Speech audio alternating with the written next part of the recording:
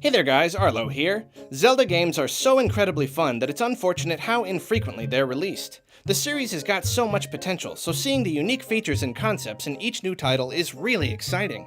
But while it's fun to dream of the new stuff Link might do and see during his next adventure, there are some ideas that I would love to see again. Oh. What? Oh, you want to hear what they are? Oh.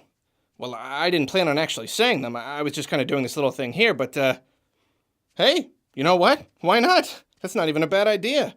Actually saying the list, yeah, I don't know why I didn't think of that. There's something so invigorating about speeding across open waters, about pushing into a new square of the map without any idea of what you might find. I know Wind Waker's sailing mechanic was largely created because of technical limitations, and Zelda U aims to provide a huge world without so much blank space between places, but if anything, that just makes me even more excited about what a modern Wind Waker on new hardware could look like. Imagine an even bigger world with more varied islands. Imagine more emphasis on seafaring elements, such as avoiding and weathering big storms, or having more involved battles with all sorts of crazy big sea monsters. Imagine being able to gather materials and upgrade your ship's speed, or weapons, or health, or any number of things. They could tie ship items into the game's progression itself, like requiring a ram before you can break into a new area, or a grapple before you can tow or tear down stuff.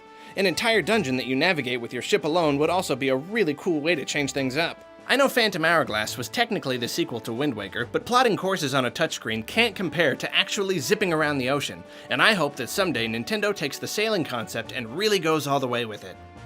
Majora's Mask has a ton of masks, naturally, but if the game has one flaw, it's that there just isn't enough to do with most of them. The idea of them augmenting how you can interact with the world and sometimes straight up transforming you is just way more awesome than one game can handle. Let's see a sequel to Majora's Mask where Link gets new masks with new transformations and abilities, but also where old masks return with more functionality. I mean, there's so much potential there that I don't even need to get into the specifics. I'm sure you can imagine a million different things they can do with the mask mechanic. And heck, they've already got Ocarina of Time and Majora's Mask sitting comfortably on the 3DS. Why not take that same N64-based engine and craft a new game with it? That way, half the work is already done. Come on, Nintendo, Majora's Mask 2 on 3DS. I think I would just die.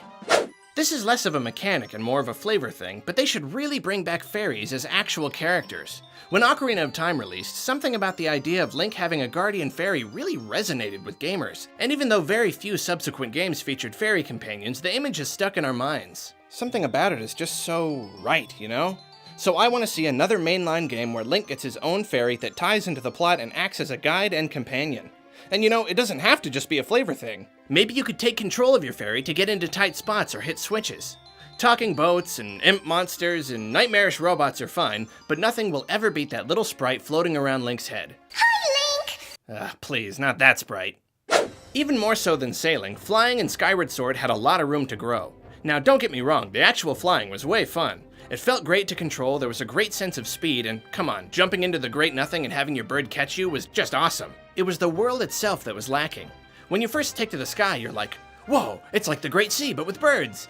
But then pretty much immediately you're like, no, it's not. There are so few islands, and there's just not a lot to do or explore. I want to see a world where flying makes you feel legitimately free, instead of mostly just being for transport between the world's handful of locations. I mean, it's flying for Pete's sake. Let's see some more verticality. Let's see gargantuan structures to traverse. What if instead of high in the clouds, Link's hometown is an impossibly huge tree, and the whole forest is filled with mountains and cliffs for you to explore? Then, of course, I want to see more involved combat in the air. Imagine Link wielding his sword on the back of a giant bird, fighting winged creatures with trick maneuvers and sword moves. Picture him jumping off, landing on a mounted enemy, taking it out, then jumping and landing back on his own bird as the downed foe plummets to the ground.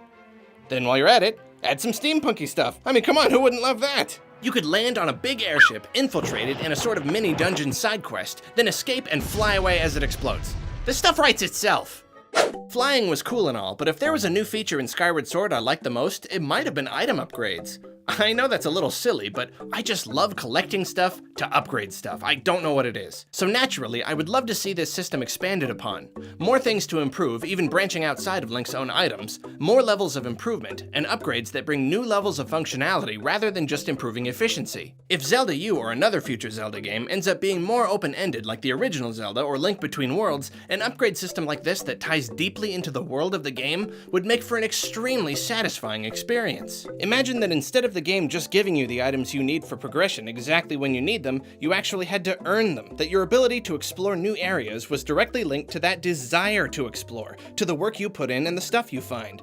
It would really feel like it was your adventure. All the items being immediately available in Link Between Worlds kinda removed the progression aspect, so I say they should go for a clever mix of both. Maybe once you get an item, every upgrade for it is immediately available, but you still have to find the item out in the world. I don't know, just an idea. Lastly, there's one key Zelda element that Nintendo has been ignoring, and I think you'll all agree with me when I say that the series hasn't been the same without it. I'm talking, of course, about the single greatest character to ever appear in a video game, Tingle. We want more Tingle, and we want it now. Okay, I can't do this anymore. Here's the actual last item on the list.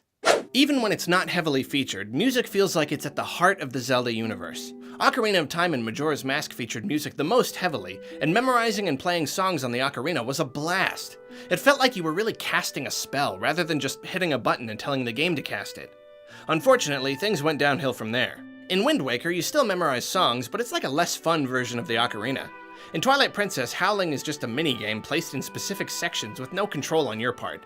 Then the music in Skyward Sword was just a joke. You don't even play the harp, you just swing the remote to the right tempo. Let's go back to having an instrument that we can play at any time and requires memorizing actual songs. Just like with masks, let's see the mechanic expanded with more practical applications for each song. Literally any aspect of the entire game world can potentially be made to change with a song, and I'm sure Nintendo can do more with the idea than just having it open up story paths.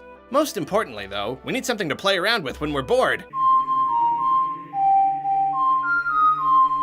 What kind of stuff would you like to see return to the Zelda series? Maybe some more obscure ideas I didn't think of?